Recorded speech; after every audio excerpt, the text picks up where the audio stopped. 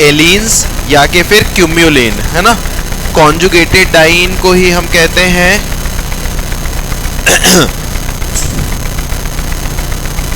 हो गया, बैठ गए, सब बैठ गए। हाँ, तो क्यूम्यूलिन और एलीन दोनों एक ही चीज है बेटा, ठीक है। तो फिर उसके बाद हम बात करते हैं, अच्छा इसमें एक चीज और देख लो, क्या स्पायरो की चीजें पढ़ाई थी मैंने? स्पायरो वाली नहीं पढ़ाई थी ना, ठीक है। और साइक्लोएल्कीन भी नहीं पढ़ाई थी, ठीक है। चलो, तो अब देखेंगे, अब हेडिंग डालेंगे geometrical isomerism in cycloalkene. Geometrical isomerism in cycloalkene, इन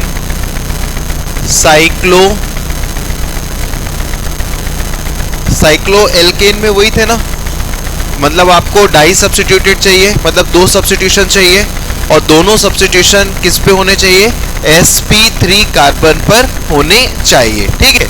अब ज्योमेट्रिकल आइसोमेरिज्म इन साइक्लोएल्कीन, देखिए बेटा क्या होता है कि अगर मेरे पास क्या है, साइक्लोप्रोपीन, फिर साइक्लोब्यूटीन, फिर साइक्लोपेंटीन, फिर साइक्लोहेक्सीन, क्या बेटा?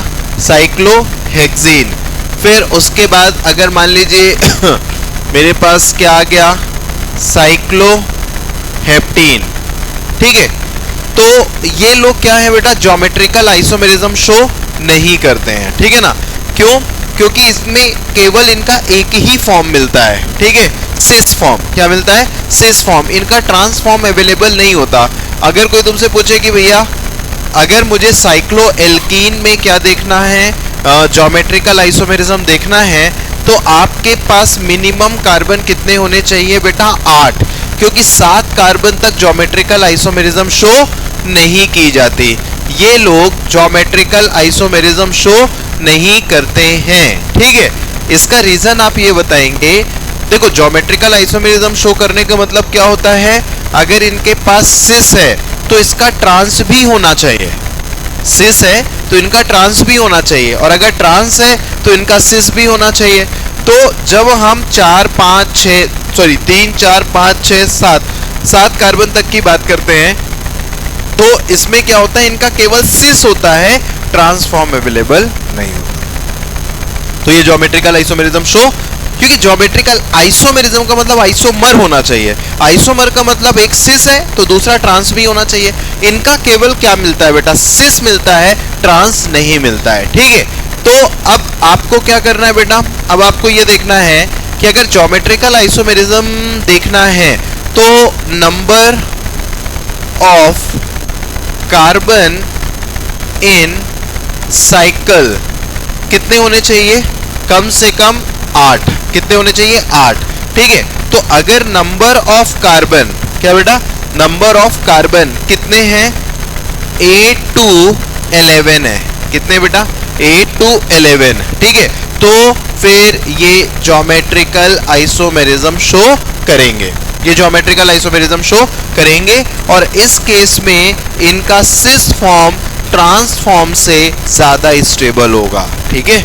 क्या होगा? सिस फॉर्म ट्रांसफॉर्म से ज्यादा स्टेबल होगा। याद रखिएगा, सिस भी मिलेगा, ट्रांस भी मिलेगा, लेकिन सिस की स्टेबिलिटी ज्यादा होगी किससे? ट्रांस से, ठीक है। लेकिन अगर नंबर ऑफ कार्बन, ठीक है, किससे ज्यादा हो बेटा? 12 to, या नंबर ऑफ कार्बन 12 और क्या मोर देन 12 हो, ठीक है, 12 और मोर देन 12 हो, तब क्या हो जाएगा बेटा? उल्टा हो जाएगा। क्या? ट्रांस ज्यादा स्टेबल हो जाएगा किससे? सिस से। तो ये क्या हो गई बेटा? आपकी स्टेबिलिटी हो गई, ठीक है। तो आपको क्या ध्यान रखना है? इसमें 3 बातें ध्यान रखना है, ठीक है। साइक्लोप्रोपीन, साइक्लोब्यूटीन, साइक्लोपेंटीन, साइक्लोहेक्सीन, साइक्लोहेप्टीन, ये ज्योमेट्रिकल आइसोमेरिज्म शो नहीं करते हैं। लेकिन अगर आप 8 कार्बन से 11 कार्बन तक की बात करेंगे तो ये जीआई शो करेगा। 12 से ज्यादा कार्बन हुए तो भी जीआई शो करेगा, ठीक है। अगर 8 से 11 है तो क्या स्टेबल होगा बेटा, सिस फॉर्म स्टेबल होगा। और अगर 12 से ज्यादा कार्बन है तो इसमें किसकी स्टेबिलिटी ज्यादा होगी बेटा, ट्रांस की स्टेबिलिटी ज्यादा होगी। क्या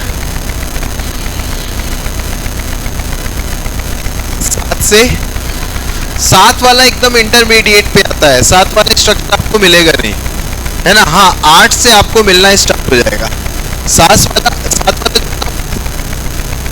वाला जो है वो इंटरमीडिएट पे आता है, उसमें स्टेबिलिटी, क्योंकि ट्रांजिशन स्टेट है ना, वो 6 तक नहीं कर रहे थे, 7 में भी बहुत ही कम मिलता है, लेकिन एक्चुअल चीजें आपको मिलेंगी कहां से, 8 से 11, ठीक है।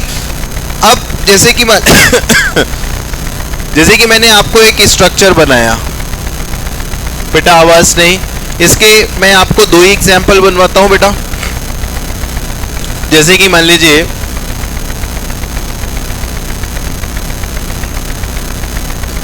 बताइए क्या ये स्ट्रक्चर ज्योमेट्रिकल आइसोमेरिज्म शो करेगा? कितने कार्बन है, 2 2 4 2 6 और 2 8 कार्बन है, तो ये ज्योमेट्रिकल आइसोमेरिज्म शो करेगा, ठीक है। और अगर ये ज्योमेट्रिकल आइसोमेरिज्म शो करेगा तो इसका सिस ज्यादा स्टेबल होगा किससे बेटा, ट्रांस से, ठीक है। बस इतना पता करेगा या नहीं करेगा, ठीक है। चलो इसके बाद एक सवाल हम और देते हैं।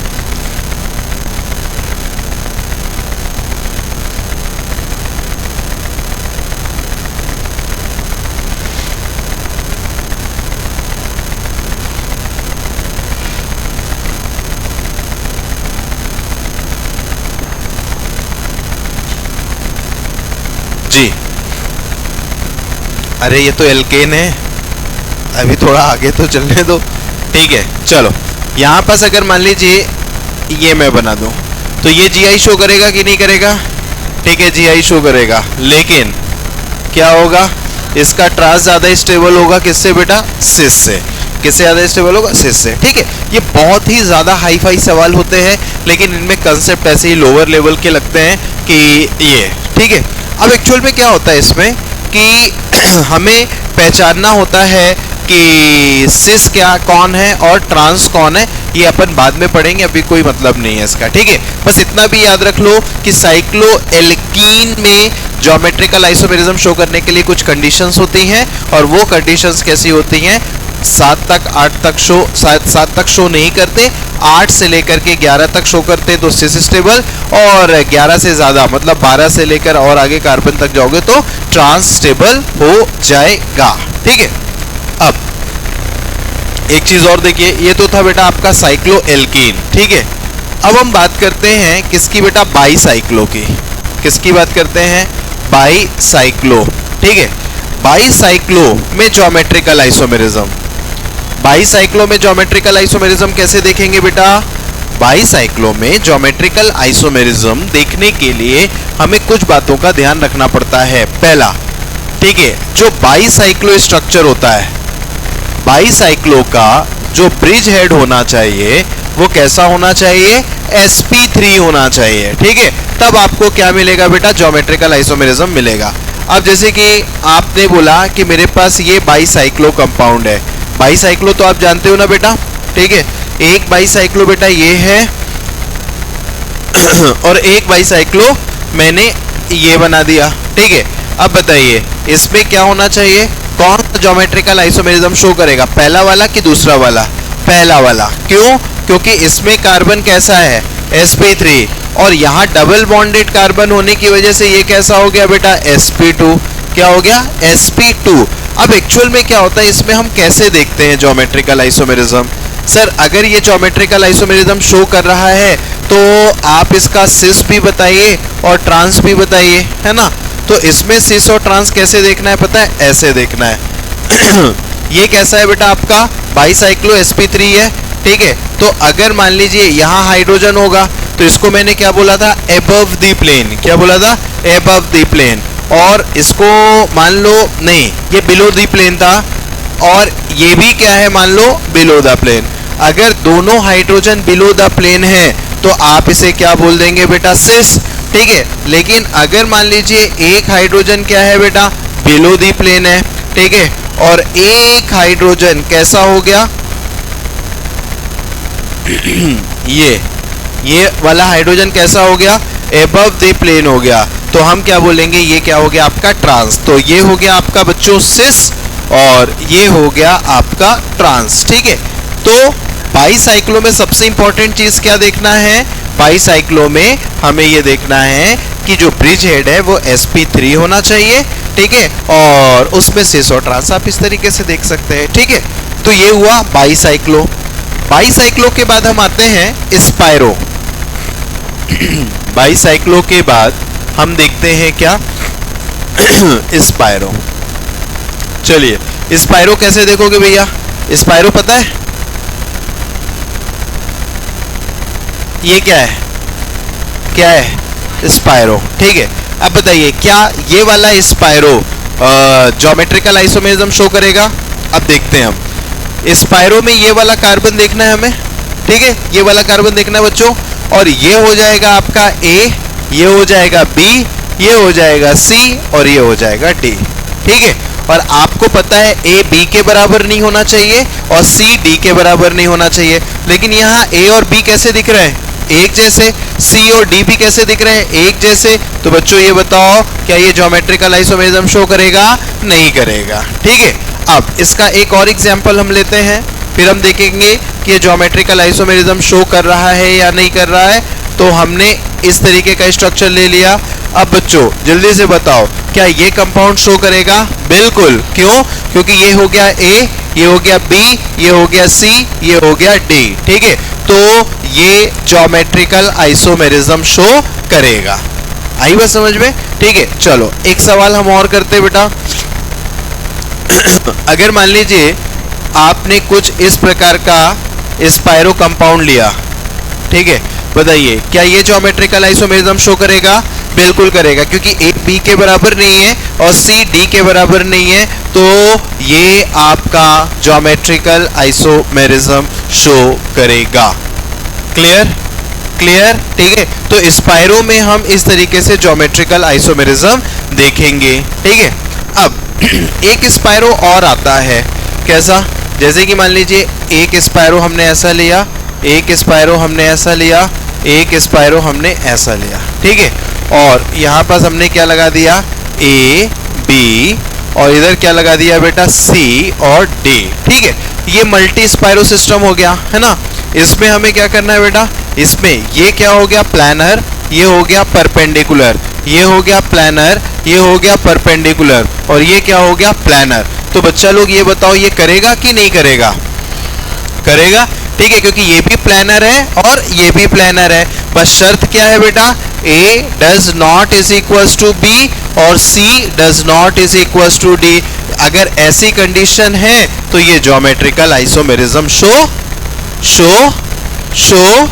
करेगा। ठीक है, अब एक बेहतरीन सवाल तुम्हें कराता हूं, देखते हैं कि कौन इसका जवाब दे पाएगा।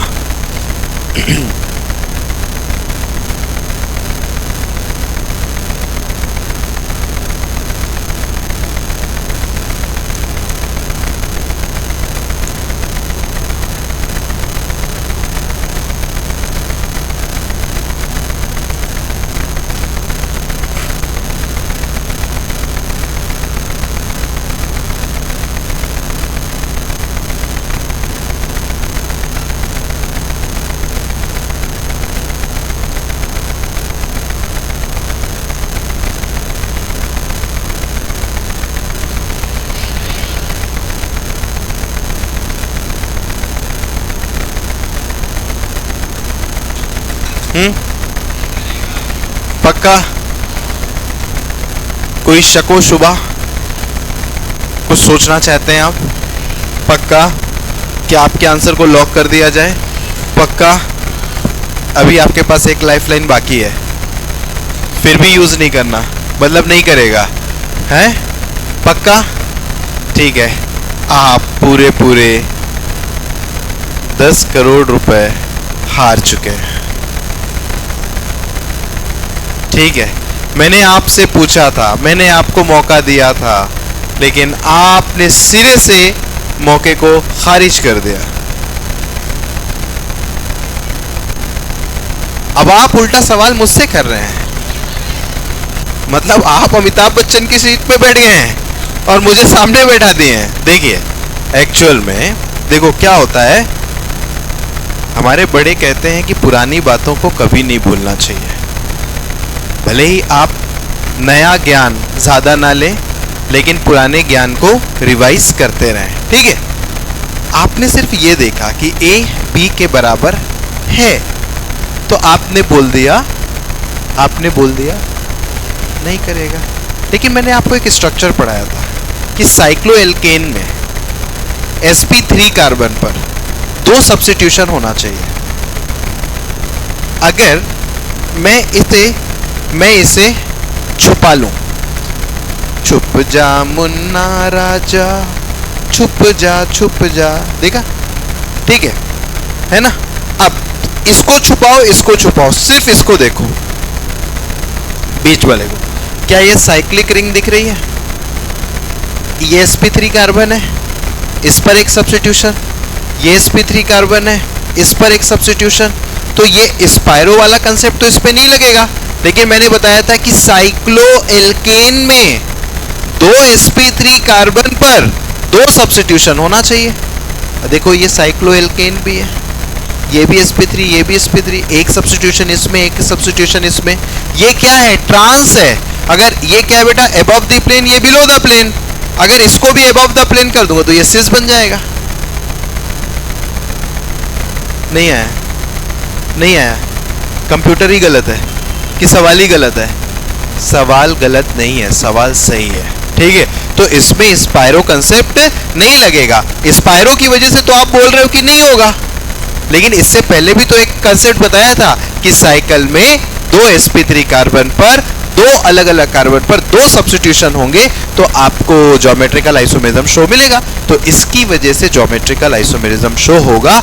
और बच्चा लोग, ये कंपाउंड ज्योमेट्रिकल आइसोमेरिज्म शो करेगा। नहीं आया, अभी भी नहीं आया। कोई भी स्पायरो ये कंसेप्ट लगेगा। मैंने आपसे ये बोला कि स्पायरो की कंडीशन लगाइए। मैंने तो आपको स्ट्रक्चर दिया। मैंने आपसे बोला क्या ये कंपाउंड जीआई शो करेगा, तो आपको ज्योमेट्रिकल आइसोमेरिज्म के सारे कंसेप्ट लगाने पड़ेंगे।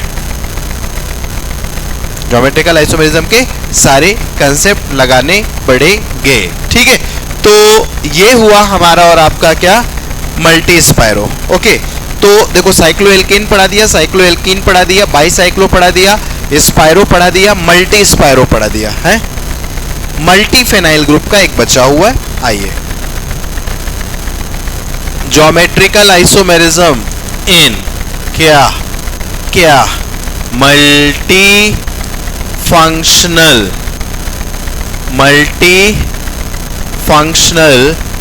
ग्रुप। एक minute, geometrical isomerism in multi functional नहीं,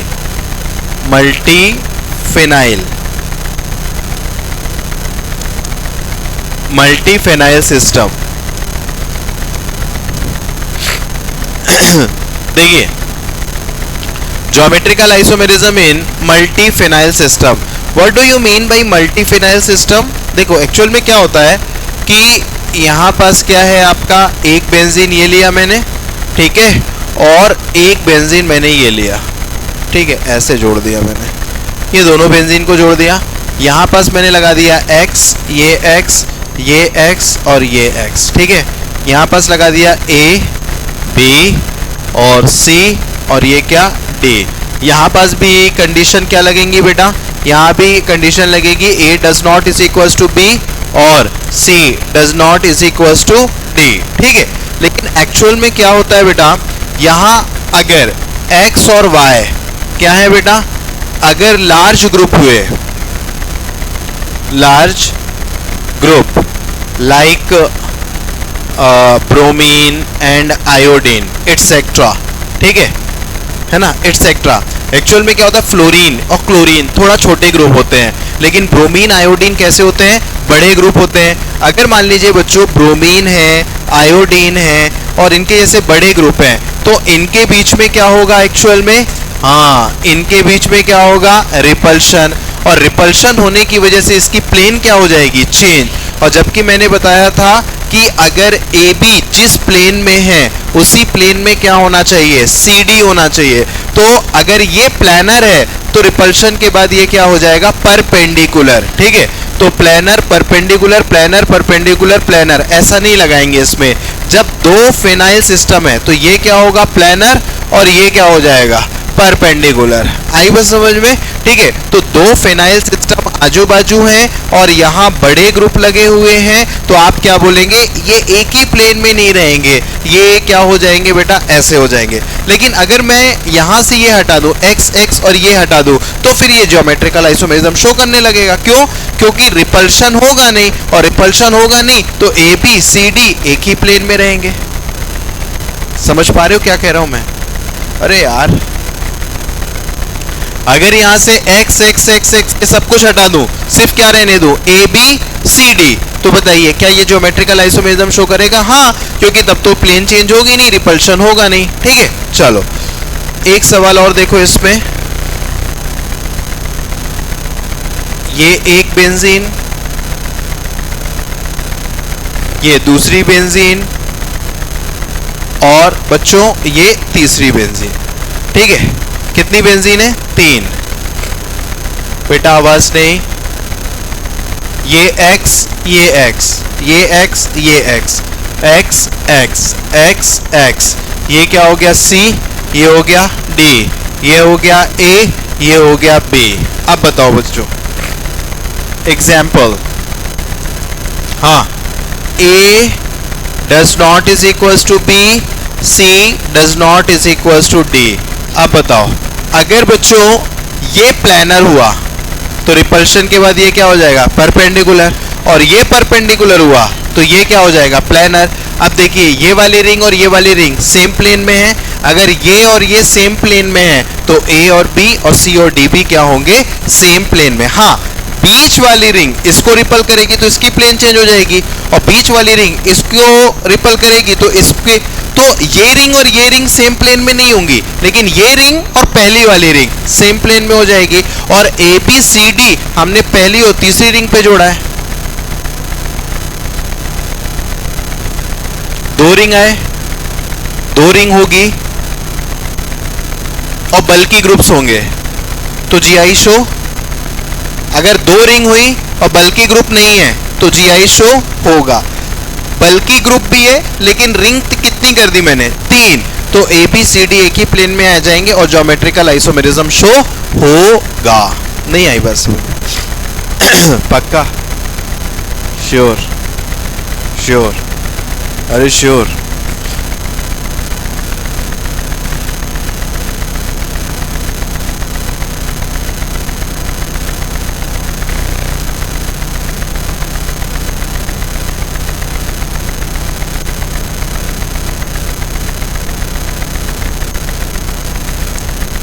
चलो, अब सारे केसेस हो गए, सारे केसेस हो गए।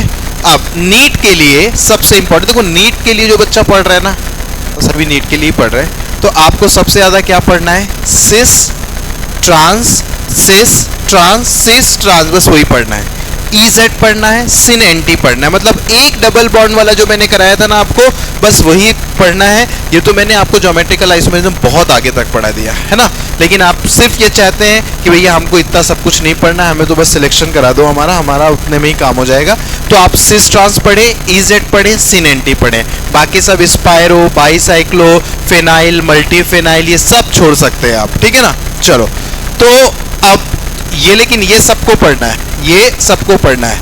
हेडिंग डालेंगे नंबर ऑफ ज्योमेट्रिकल आइसोमेरिज्म, मतलब number of geometrical isomers, number of geometrical isomers. कैसे निकालेंगे? देखिए, आपको वो क्या देगा बेटा? एल्कीन देगा। क्या देगा? एल्कीन। और ये एल्कीन कितने प्रकार की होती हैं? 2 प्रकार की होती हैं। एक एल्कीन कैसा होगा बोलो? हाँ जी बोलिए। ये होगा सिमेट्रिकल। क्या होगा? सिमेट्रिकल। और दूसरा कैसा होगा? बोलो, अरे बोलो ना, अनसिमेट्रिकल। सिमेट्रिकल का मतलब क्या होता है बेटा? सीधे बैठो, सीधे बैठो। हाँ, सिमेट्रिकल का मतलब क्या होता है? एक जैसा। और अनसिमेट्रिकल का मतलब अलग है। जैसे कि मैं आपको एक क्या कर दूं, उदाहरण दे देता हूं। क्या दे देता हूं भैया? उदाहरण। ठीक है, CH3 CH2 CH double bond CH CH2 CH3। अब आपको बताना है कि एल्कीन सिमेट्रिकल है कि unsymmetrical. What do you mean by symmetrical और अनसिमेट्रिकल? अरे सिमेट्रिकल का मतलब क्या होता है लाला? अगर मैं इसे बीच से काट देता हूं, अगर मैं इसे बीच से काट देता हूं तो ये दो बराबर बराबर भागों में कट जानी चाहिए। इधर से मैंने काटा, कितने कार्बन उधर आए? इधर से मैंने काटा, इधर कितने कार्बन आए? उधर के सारे कार्बन सिंगल बॉन्डेड है, इधर के भी सारे कार्बन सिंगल बॉन्डेड हैं। तो ये एल्कीन कैसी आई? अरे कैसी आई? अब अगर इसी एल्कीन को मैं क्या बनाना चाहता हूं? अनसिमेट्रिकल। तो मैं क्या करूंगा बेटा? CH3 CH double bond CH single bond CH single bond CH2 single bond CH double bond CH2। चलो ये थोड़ा सा हैवी सवाल हो गया, अभी ये मैं आगे कराऊंगा। ये लो, आप बताइए क्या ये सिमेट्रिकल है? क्या ये सिमेट्रिकल है?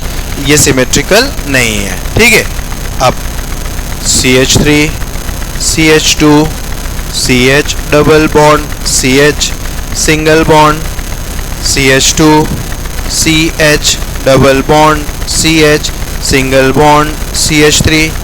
बताइए क्या ये एल्कीन सिमेट्रिकल है? अरे देखिए ना, ये अनसिमेट्रिकल है। तो दोनों में क्या डिफरेंस है? एक में एक डबल बॉन्ड है और दूसरे में दो डबल बॉन्ड। एक ऑड नंबर है या इवन नंबर है? अरे वन कैसा है, ऑड या इवन? तो इसमें दो केस बनते हैं। अगर एल्कीन आपकी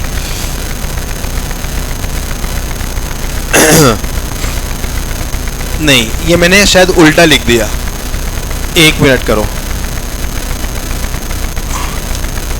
मेरे को पूरा मिटाना पड़ेगा, इसलिए मैं इसे क्या कर देता हूं, अन। अरे यार सब उल्टा पुल्टा हो जाएगा।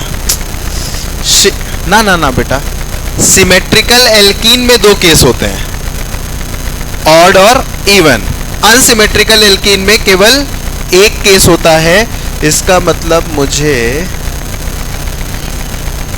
अच्छा हाँ सही सही, ये सिमेट्रिकल है, वो अनसिमेट्रिकल है, सही है। इसमें एक और बना देता हूं मैं, है ना, तो अपन बच जाएंगे। तो ये एक एग्जाम्पल हो गया। और अगर मान लीजिए मुझे सिमेट्रिकल ही चाहिए, ठीक है, तो ये क्या हो गया? CH3 CH double bond CH single bond CH double bond CH CH3। ये भी सिमेट्रिकल हो गया। हाँ लेकिन सही है ना, ये सिमेट्रिकल एल्कीन एक डबल बॉन्ड, ये सिमेट्रिकल एल्कीन दो डबल बॉन्ड, और वो क्या है बेटा? Unsymmetrical alkene. ठीक है, तो अब देखिए फिर से हम एक बार रिव्यू कर लेते हैं। दो टाइप की एल्कीन होती है, एक सिमेट्रिकल और एक, तो सिमेट्रिकल अनसिमेट्रिकल तो पहचान जाओगे। ठीक है, सबसे आसान होता है अनसिमेट्रिकल एल्कीन में ज्योमेट्रिकल आइसोमेरिज्म निकालना, ज्योमेट्रिकल आइसोमर निकालना। तो यहां मैं एक छोटा सा फॉर्मूला लिख देता हूं, number of GI, number of GI is equals to 2 to the power n। क्या बेटा? 2 to the power n। और n का मतलब क्या होता है बेटा? n का मतलब होता है नंबर ऑफ डबल बॉन्ड। क्या बेटा? Number of double bond. ठीक है, अब जैसे इधर देखो बेटा, इधर कितने डबल बॉन्ड है? एक, तो 2 की पावर एक, कितना? 2। तो इसके कितने आइसोमर बनेंगे? एक सिस और एक, 2 आइसोमर हो गए। इसलिए अनसिमेट्रिकल है, याद रखना। अनसिमेट्रिकल अनसिमेट्रिकल अनसिमेट्रिकल एल्कीन में नंबर ऑफ आइसोमर निकालना बहुत आसान होता है। लेकिन सिमेट्रिकल में नंबर ऑफ आइसोमर निकालने में थोड़ा सा बड़ा फॉर्मूला लगता है, ठीक है। तो अनसिमेट्रिकल में देखो, एक डबल बॉन्ड ये, एक डबल बॉन्ड ये, कितने डबल बॉन्ड हो गए बेटा? 2। तो 2 की पावर कितना हो जाएगा? 2। तो कितने आइसोमर मिलेंगे? 4। एक सिस और ट्रांस इसकी वजह से मिलेगा, एक सिस और ट्रांस इसकी वजह से मिलेगा, तो कितने हो गए? 4, ठीक है। अब सिमेट्रिकल एल्कीन में कैसे निकालोगे बच्चों? सिमेट्रिकल एल्कीन में तो हम यहां लिखेंगे number of geometrical isomer in क्या? सिमेट्रिकल एल्कीन्स, ठीक है। Number of geometrical isomers in symmetrical alkene. देखिएगा बेटा कैसे निकालेंगे, बहुत आसान फॉर्मूला है। Geometrical isomerism is equal to 2 to the power n-1 plus 2 to the power p-1, p-1। क्यों बच्चों यही लिखवाया था फॉर्मूला? जरा याद दिलाना जरा मुझे। हाँ अच्छा, 2 to the power p, okay ठीक है। फिर ये n-1 था। अब p की वैल्यू हम कैसे निकालेंगे? सुनिए, p की वैल्यू हम कैसे निकालेंगे? p इज इक्वल्स टू, हाँ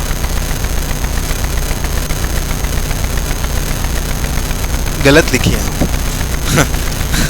गलत लिखिए आप। p is equals to n/2-1, और एक केस में लिखेंगे हम p is equals to n-1/2। बहुत आसान है। देखो, एक पहली बात तो सिमेट्रिकल एल्कीन है, दो बराबर बराबर भागों में टूट जाती है, इस वजह से काफी कॉम्प्लिकेटेड होता है हमें आइसोमर्स निकालना। तो एक फॉर्मूला तो क्या लगाएंगे? 2 to the power n-1 plus 2 to the power p। p क्या डिसाइड करता है? इफ, देखिए ये कब लगाएंगे? If number of double bonds in odd number. अगर डबल बॉन्ड के नंबर कैसे हैं बेटा? ऑड है, जैसे कि 3 है, 5 है, 7 है, 9 है, तो ऐसा लगाएंगे, ठीक है। अब बताइए, इफ ये कब लगाएंगे? If number of double bonds in क्या? Even number. इवन नंबर जानते हो बेटा क्या होता है? 2, 4, 6, 8, बस बस बस बस बस बस, ठीक है। तो आपको ये चीज याद रखनी है बेटा, बहुत इंपॉर्टेंट है कि इवन नंबर में डबल बॉन्ड होंगे तो क्या लगेगा, ऑड नंबर में डबल बॉन्ड होंगे तो क्या लगेगा, ठीक है। इवन वाले पे आप ऐसा कर देना और ऑड वाले पे आप ऐसा कर देना। p की वैल्यू यहाँ निकालना और वैल्यू पुट करना। और n का मतलब क्या होता है? Number of double bonds. n का मतलब क्या है? नंबर ऑफ डबल बॉन्ड्स, ठीक है। क्या ये फॉर्मूला समझ में आया? क्या ये फॉर्मूला समझ में आया? ठीक है। अब बताइए इसके GI कितने होंगे? हाँ, 2 की पावर 1 बराबर 2। इसके GI कितने होंगे? 2 की पावर 2 बराबर 4। अब बताइए ये कैसा है? सिमेट्रिकल। बच्चों ये सिमेट्रिकल है, तो इसमें ज्योमेट्रिकल आइसोमर कैसे निकालेंगे? 2 to the power double n-1, पहले फॉर्मूला लिख देता हूं, n-1 plus 2 to the power. अच्छा बताइए p ये कैसा है? इवन है कि ऑड है? और p is equals to odd में क्या लगाते हैं बेटा हम? n-1/2। तो यहां मैं डायरेक्ट लिख दूं n-1/2, पक्का। अब बताइए n की वैल्यू कितनी है? 1, तो 2 की पावर 1-1। अले यार यहां क्या होगा? 2 की पावर 1-1/2। तो ये क्या होगा? एक में से एक गए 0, और 2 की पावर 0 1, 2 की पावर 0 1। यहां क्या होगा? 1-1 0 डिवाइडेड बाई 2, तो 2 की पावर 0 1, तो 1 प्लस, तो कितने ज्योमेट्रिकल आइसोमर आए इसके? 2। और वैसे भी आप निकाल सकते थे, एक सिस बनेगा एक ट्रांस बनेगा। मैथ्स आ गई? डर लग गई? ठंडू लग गई भैया को? हैं? चलो अब ये बताओ, ऑड की इवन? हाँ, इवन में क्या लगाते हैं? तो बोलो, ज्योमेट्रिकल आइसोमेरिज्म इन 2 की पावर 1 और 1 2, तो 2-1 प्लस 2 की पावर 2/2 -1। पक्का? ये 2/2 -1 क्यों किया? n/2, और n की वैल्यू कितनी है? 2।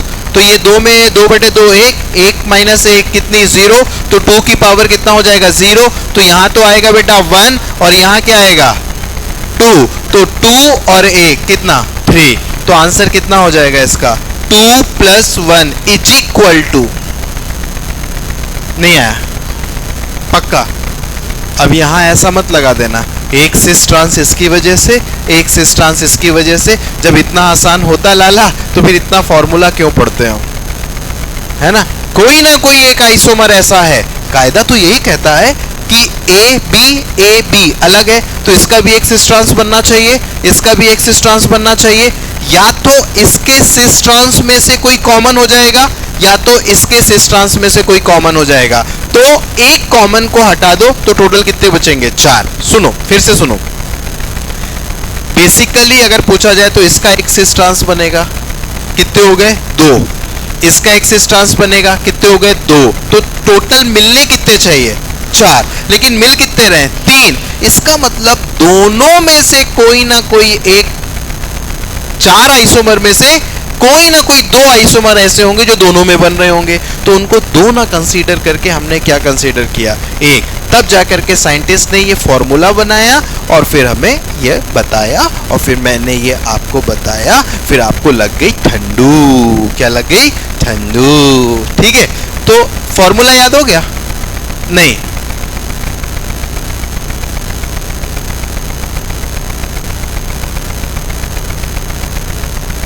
हाँ, 2 to the power n।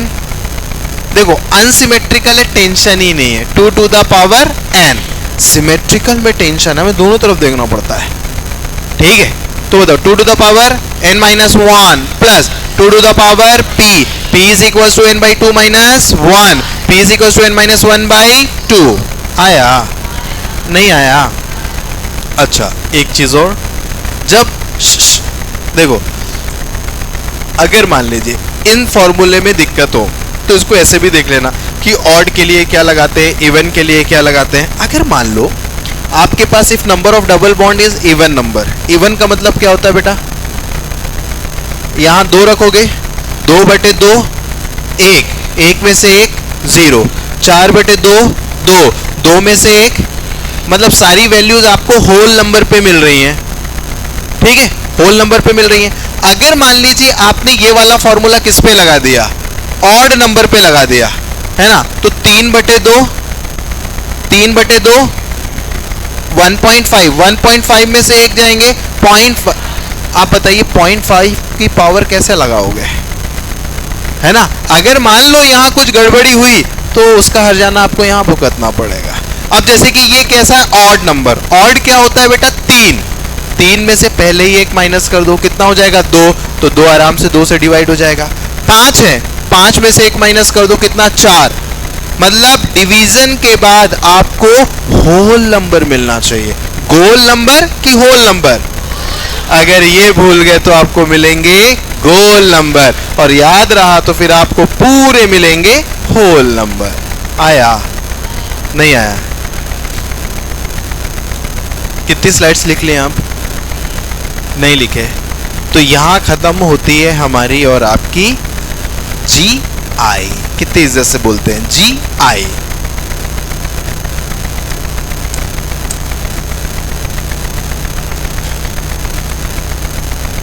बातें नहीं करना बेटा, ये इंटरवल नहीं हुआ है कि पॉपकॉर्न खाने चले जाओ।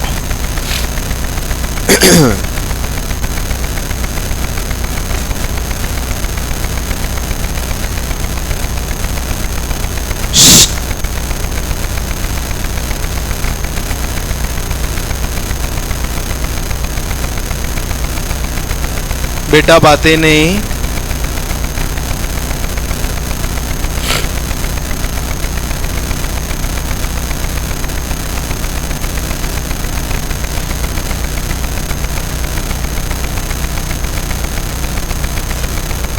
अच्छा बच्चों ये बताओ, ऑप्टिकल आइसोमेरिज्म पढ़ना चाहते हो कि टॉटोमेरिज्म पढ़ना चाहते हो कि कॉन्फॉर्मेशन? 3 आइसोमेरिज्म बची हैं अभी।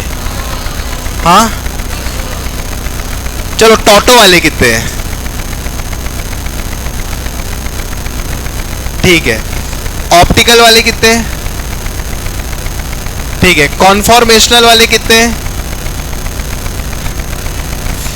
तो यार बच्चों ने तो ऑप्टिकल बोल दिया, नहीं टॉटो बोला। पहले सबसे पहले क्या पूछा था? चलो अपन सब चलाते हैं अब ऑटो, क्योंकि अभी हम पढ़ेंगे टॉटो। गंदा था लेकिन अच्छा था। चलो हेडिंग मत डालिए, पहले ये लिखिए। हो गया?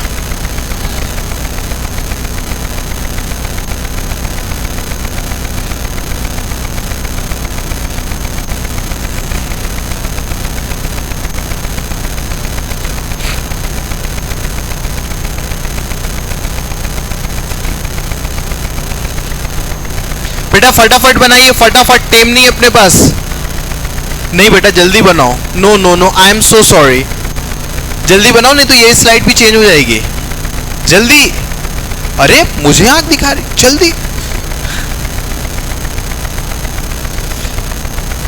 बेटा जल्दी बनाइए। एक तो इस बैच के बच्चे ना फ्राइडे सैटरडे अपने से ही छुट्टी मान लेते हैं। अब बताओ कितना इंपॉर्टेंट टॉपिक चल रहा है। बच्चा गोल है। इससे समझ में आता है कि कितनी सिंसियरिटी है।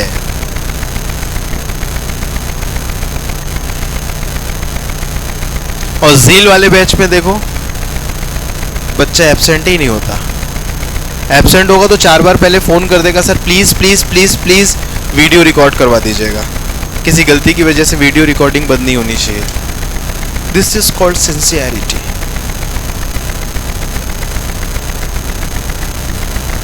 ये डिफरेंस होता है।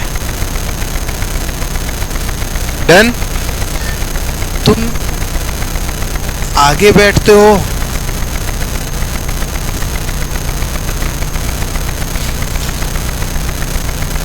इतना समय तो मुझे लिखने में नहीं लगता।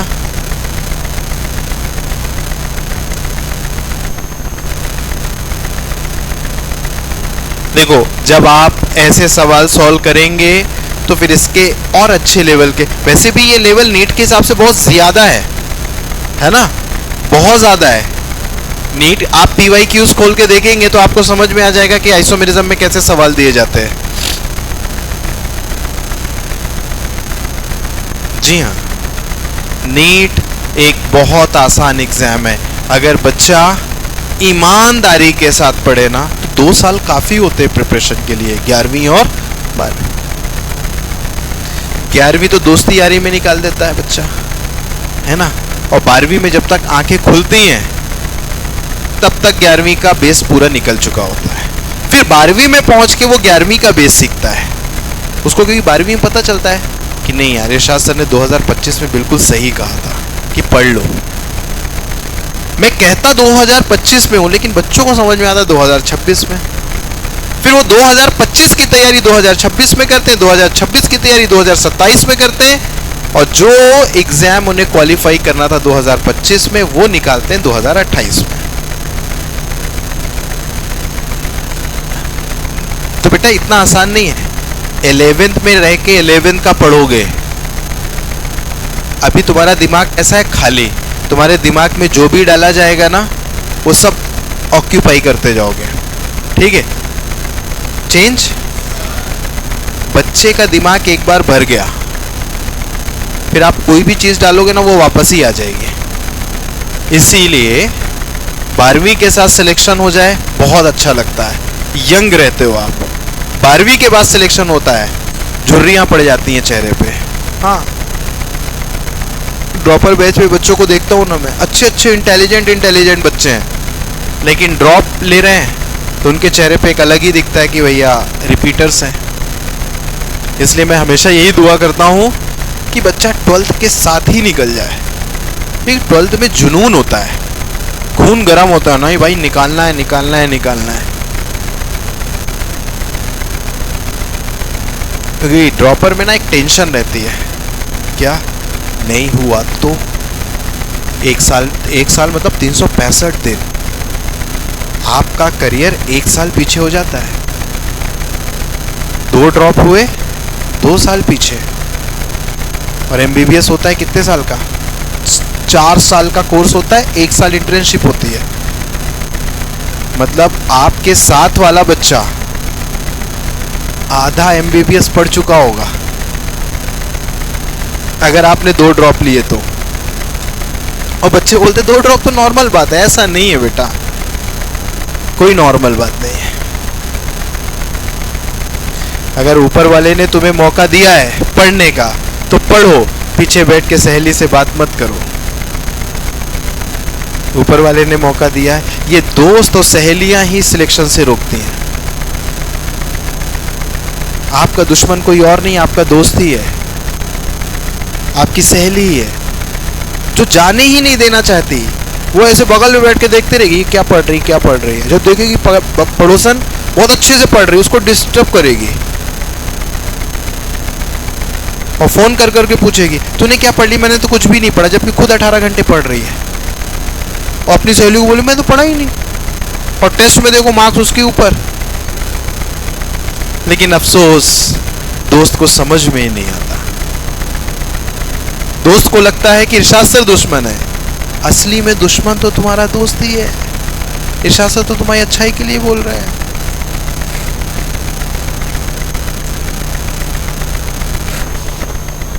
ये वाला एक बार और बता दूं बेटा, ए और बी सेम हो गया, इसकी वजह से वो ज्योमेट्रिकल आइसोमेरिज्म शो नहीं करेगा, ठीक है।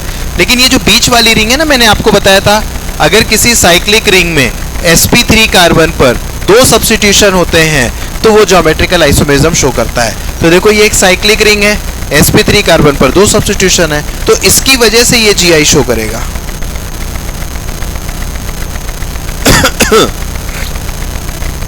और ऐसा नहीं पूछेगा बेटा कि बीच वाला करेगा कि नहीं करेगा।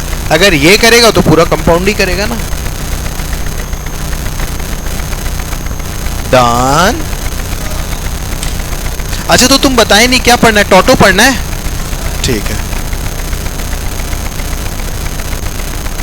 और सुनो, आज तो मैं टोटो पढ़ा रहा हूं, कल की क्लास में टोटो खत्म हो जाएगा, मतलब परसों की क्लास में। जिस दिन मैं ऑप्टिकल स्टार्ट करूंगा उस दिन सभी को ये प्रेजेंट रहना है। क्यों? क्योंकि ऑप्टिकल आइसोमेरिज्म से पहले मैं पढ़ाऊंगा आपको प्लेन ऑफ सिमेट्री, किस मॉलिक्यूल को कैसे काटें कि वो इक्वल पार्ट में डिवाइड हो जाए। क्योंकि प्लेन ऑफ सिमेट्री समझ में आएगी ना तभी आप ऑप्टिकल पढ़ पाओगे, अदरवाइज आई एम सॉरी हो जाएगा।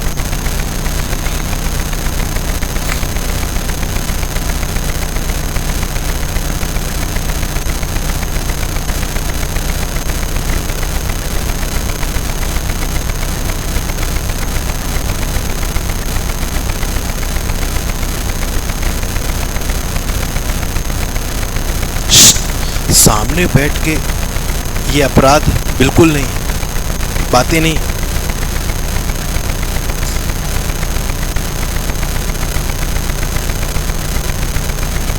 डन।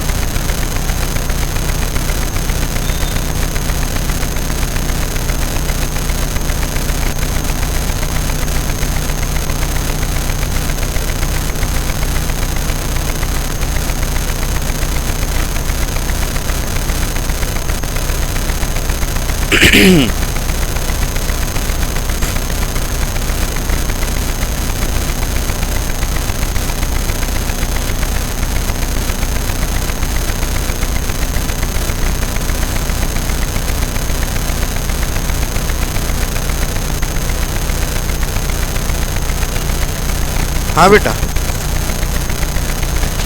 सॉरी।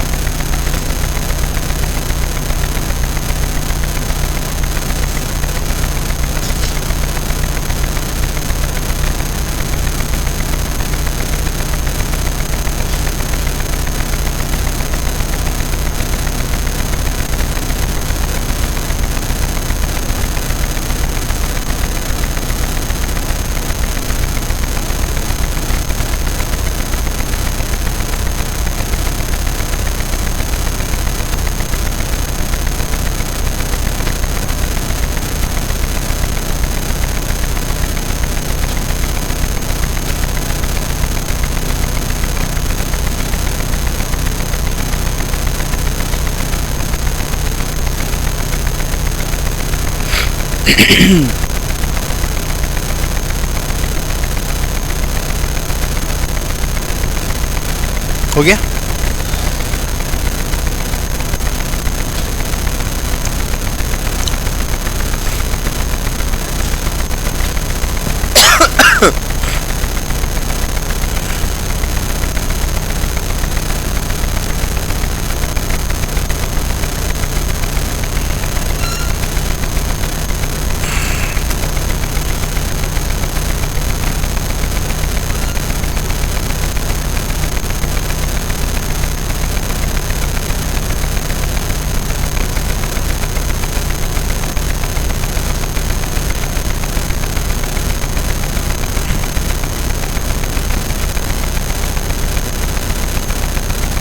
HNO2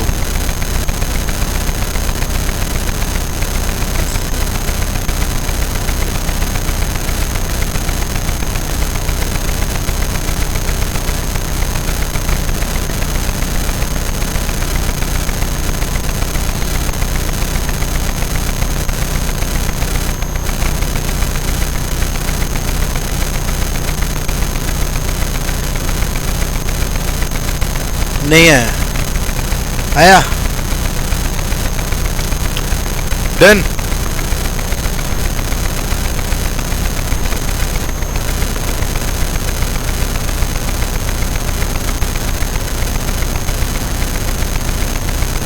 सहेली ही सहेली को रोकती है।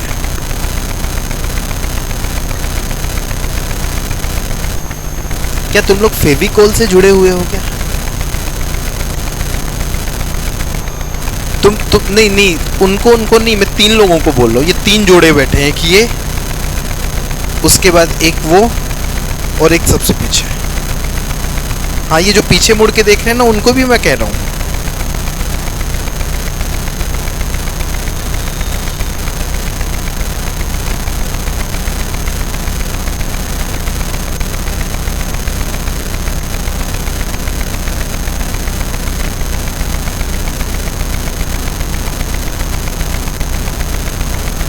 नाइट्रस एसिड HNO2 ही होता है बेटा, इतना तो आता है मुझे।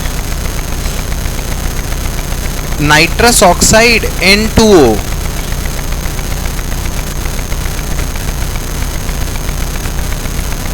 Laughing gas.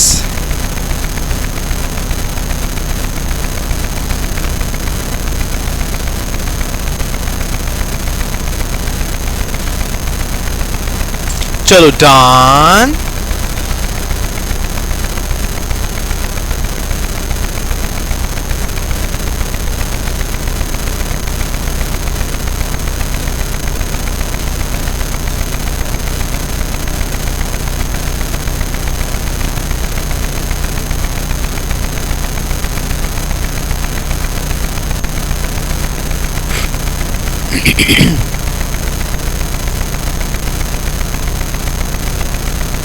जी चले।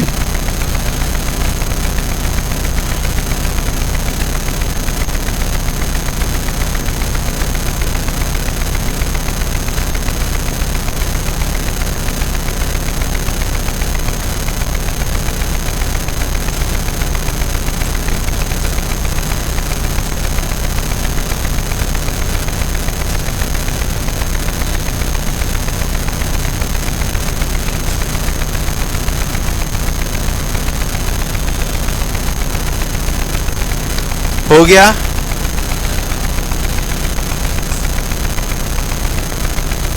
इतना स्लो क्यों लिखते हो बेटा?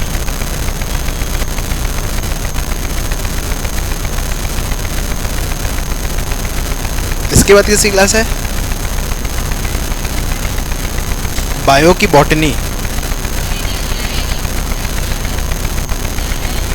अच्छा, तो उसमें क्या अभी CWPS चल रहा है कि सेल्फ स्टडी चल रही है? 10 times writing this is blank page revision, PPR.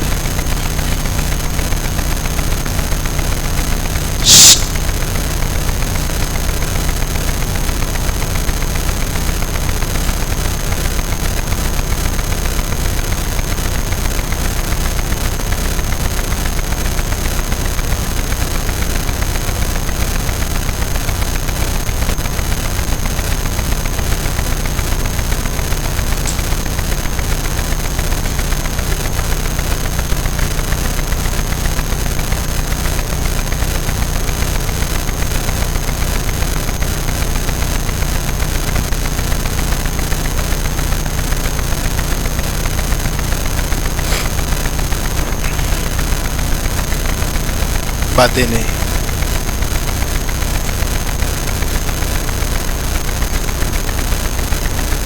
हो गया टर्न 4।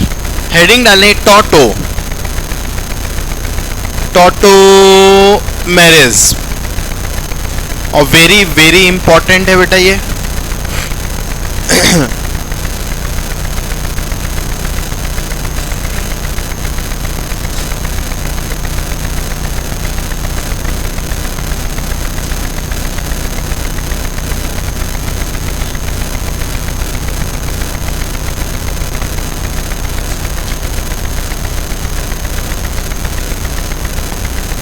चलो लिखिए, हेडिंग डालेंगे क्या जी,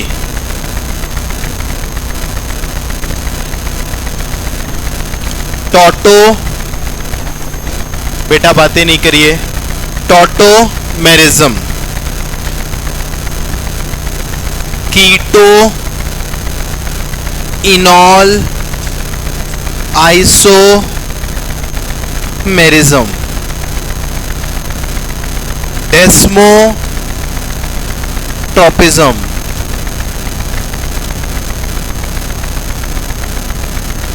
प्रोटोट्रोपिज्म,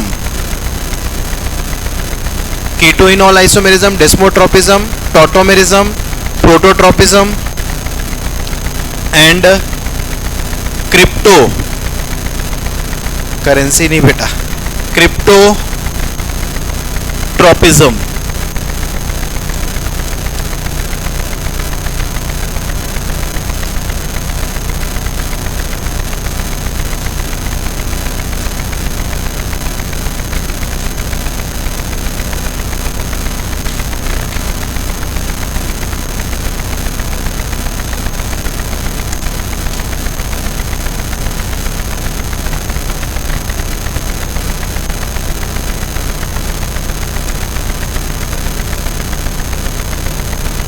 चलो ये सब एक ही नाम है, ठीक है। तो टॉटोमेरिज्म के नाम से पूछ सकता है, क्रिप्टोटॉपिज्म के नाम से भी पूछ सकता है, लेकिन ज्यादातर क्या चलता है पता है, मार्केट में ज्यादातर चलता क्या है, कीटोइनॉल और टॉटो, बस। वो तो लिखने के लिए है कि यार डेस्मोट्रोपिज्म भी कहते हैं, प्रोटोट्रोपिज्म भी कहते हैं एंड क्रिप्टोट्रोपिज्म भी कहते हैं, ठीक है। चलो अब हम देखते हैं कि इसमें हमें करना क्या है, ओके। चले देखिए, इसमें सबसे इंपॉर्टेंट कंडीशंस लिख लीजिए पहले।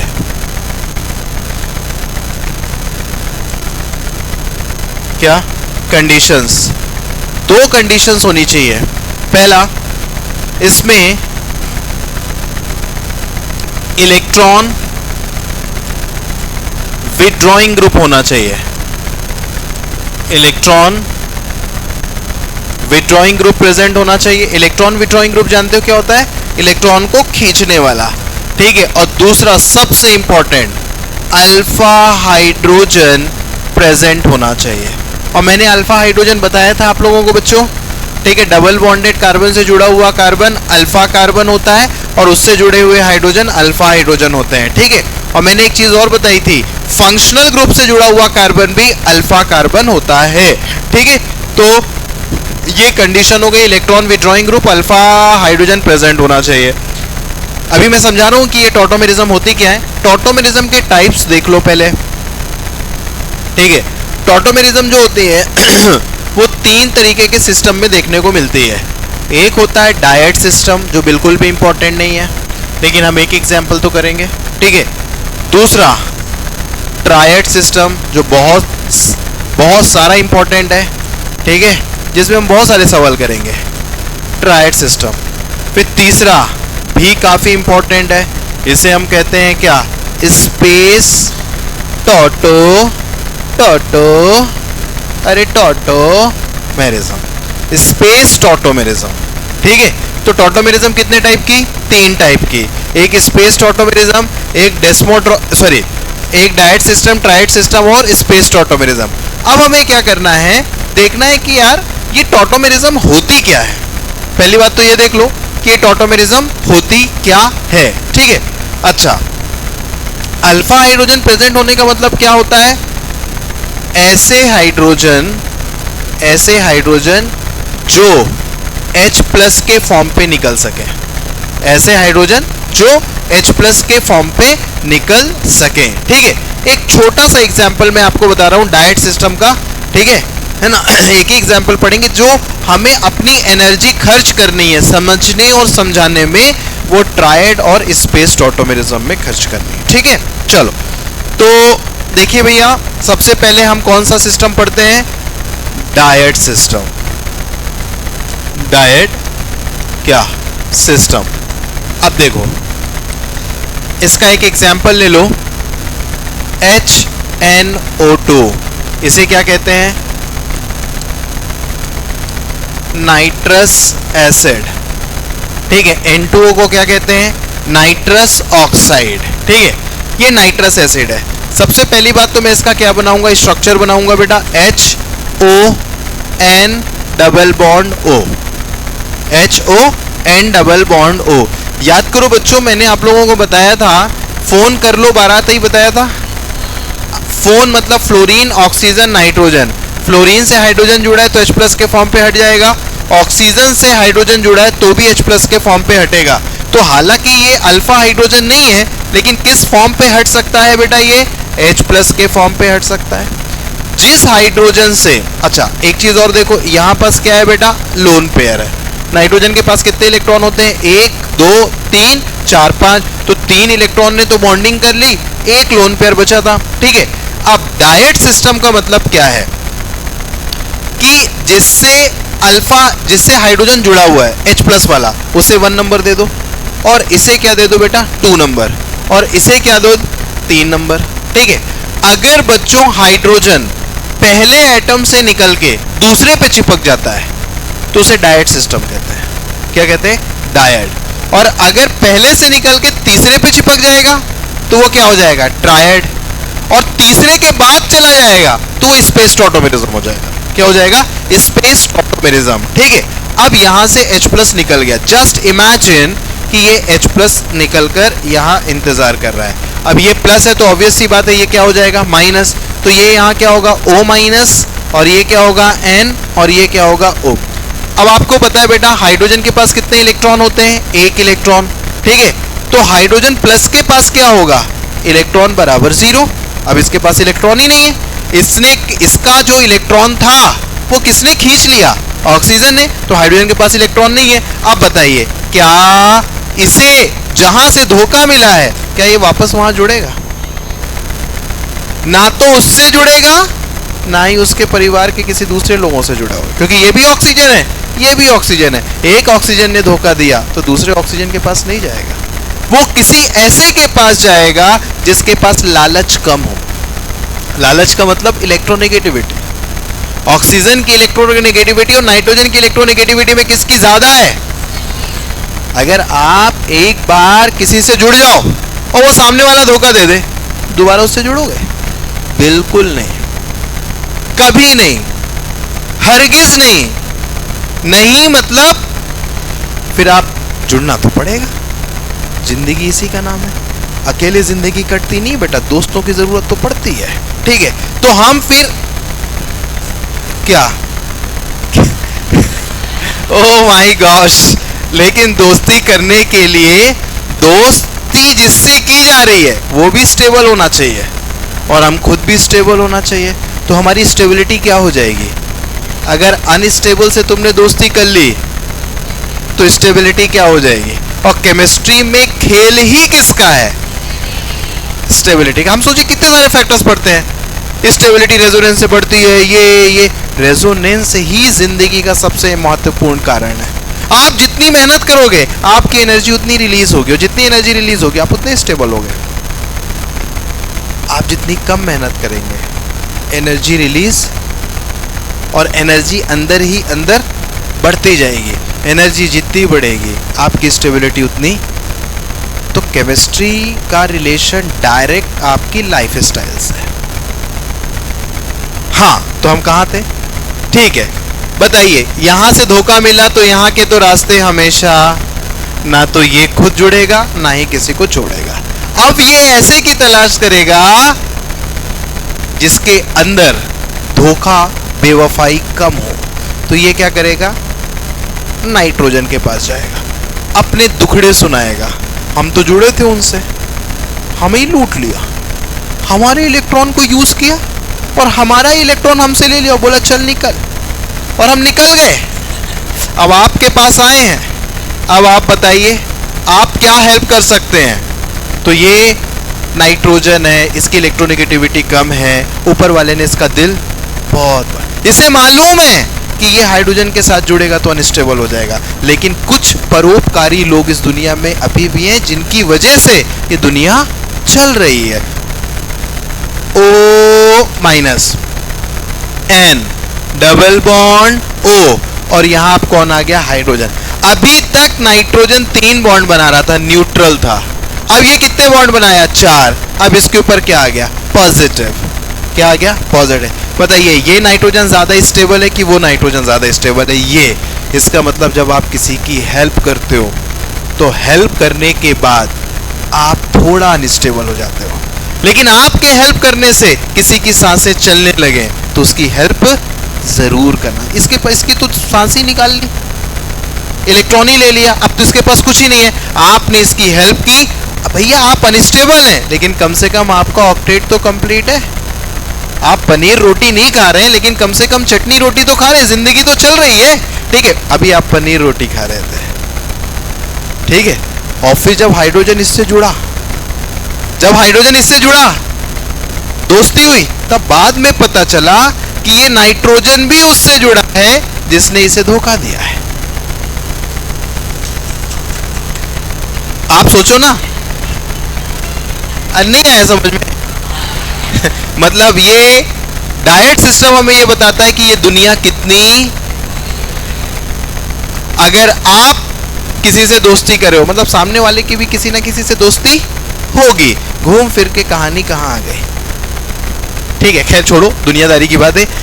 डायरेक्ट सिस्टम का मतलब पड़ोसी से जाके जुड़ जाना।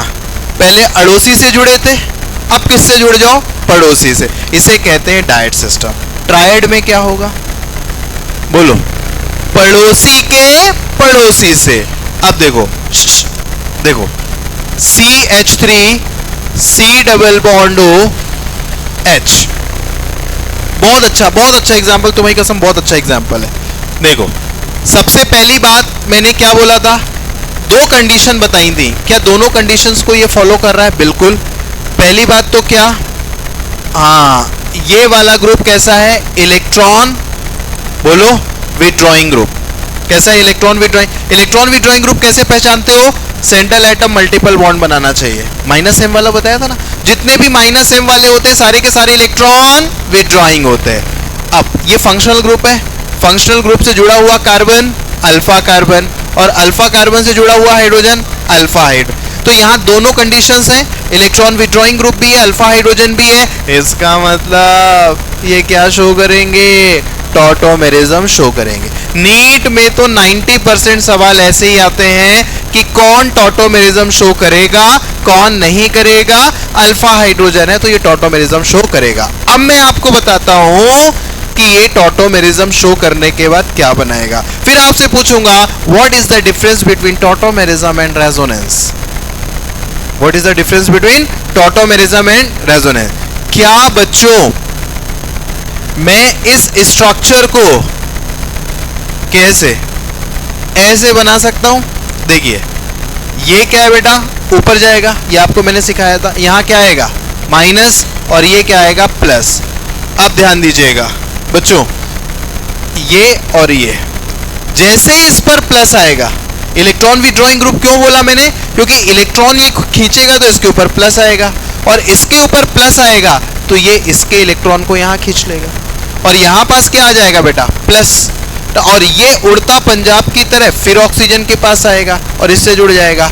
अब आप बताइए, पहले ये क्या था, CH3, और ये कौन सा बॉन्ड था, सिंगल। CH3 से एक हाइड्रोजन निकल गया, ये क्या बन गया, CH2।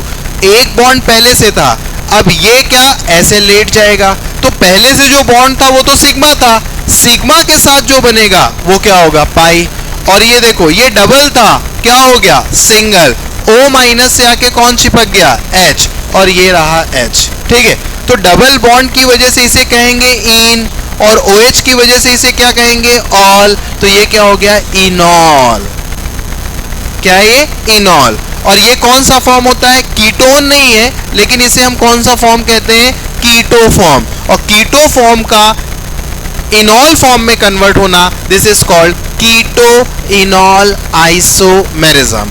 अच्छा, एक बहुत अच्छा सवाल आता है, what is the difference between resonance and tautomerism. याद रखिएगा, रेजोनेंस का मतलब पाई का टूटना, पाई का बनना। यहाँ पाई टूट रहा है, यहाँ पाई बन रहा है, लेकिन हम इसे रेजोनेंस नहीं कह सकते। क्यों? क्योंकि रेजोनेंस में कभी एटम की शिफ्टिंग नहीं होती। आपने जितने भी रेजोनेंस स्ट्रक्चर्स बनाए हो, आपने कभी एटम शिफ्ट नहीं किया होगा। यही डिफरेंस है रेजोनेंस में और टॉटोमेरिज्म में, कि टॉटोमेरिज्म में पाई बनता भी है, पाई टूटता भी है, लेकिन उसके साथ साथ एक और चीज होती है, transfer of atom. Transfer of atom and formation of pi bond and formation of sigma bond, नहीं,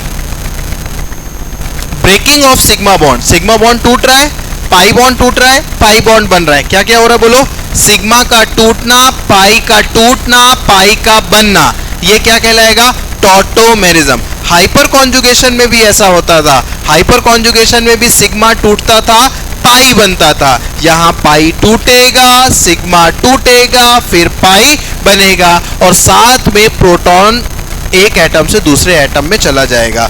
तो ये था हमारा। अच्छा, अब इसकी नंबरिंग करो बेटा। इसके ट्रायड सिस्टम क्यों कह रहे हैं, ये पहला, ये दूसरा और ये तीसरा।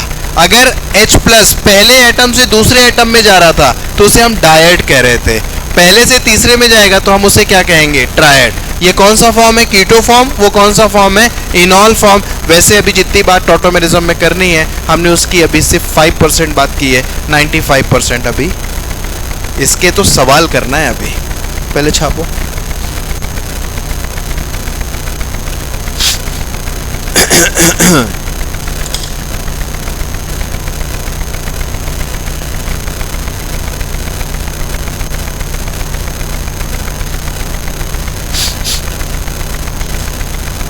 अरे डन, ये लिख लिया।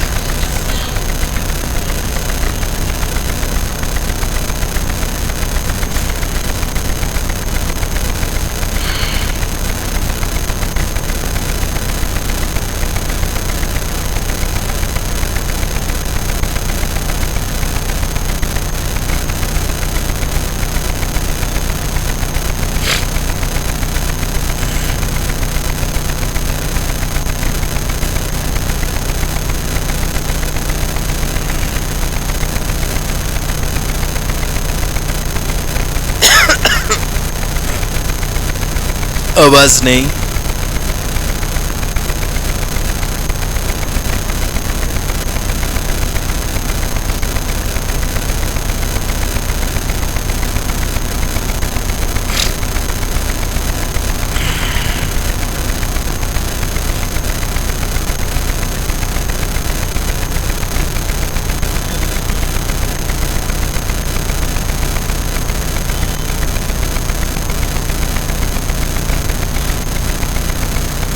Done.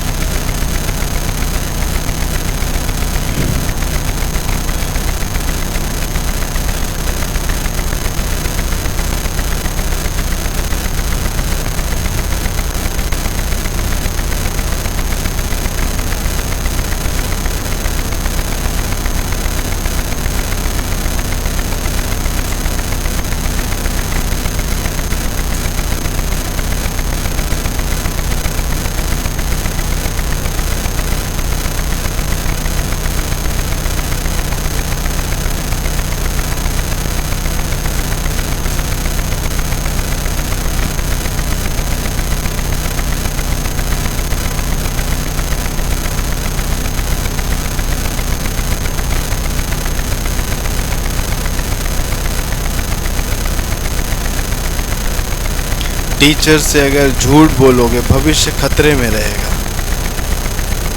कुछ लोग वादा करते हैं, सर सच में हम बात नहीं करेंगे। और वो टीचर की आंखों के सामने ही अपने वादों को झुठला देते हैं और मंद मंद मुस्कान देते हैं और एक दूसरे को बोलते हैं सर देख रहे, सर देख रहे। तुम्हें पता है हर बेंच के नीचे माइक्रोफोन लगा है।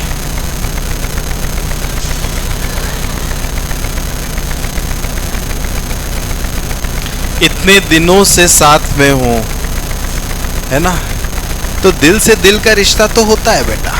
तुम क्या सोच रहे हो, क्या समझ रहे हो, मुझे सब पता है, सब पता है।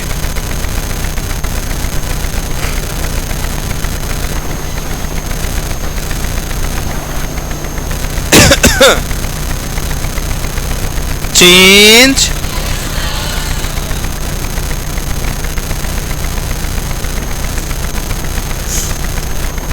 कुछ सीखो, जील वालों से कुछ सीखो। और बोले हमें नहीं सीखना। हाँ, हम वही कंपेयर ही करते रहते हमेशा ही। तुम कंपेयर करने का मौका देते हो, क्यों बातें करते हो?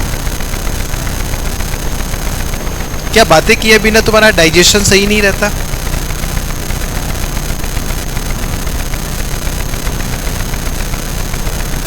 चलिए हो गया, अब मुझे इजाजत दीजिए। मेरी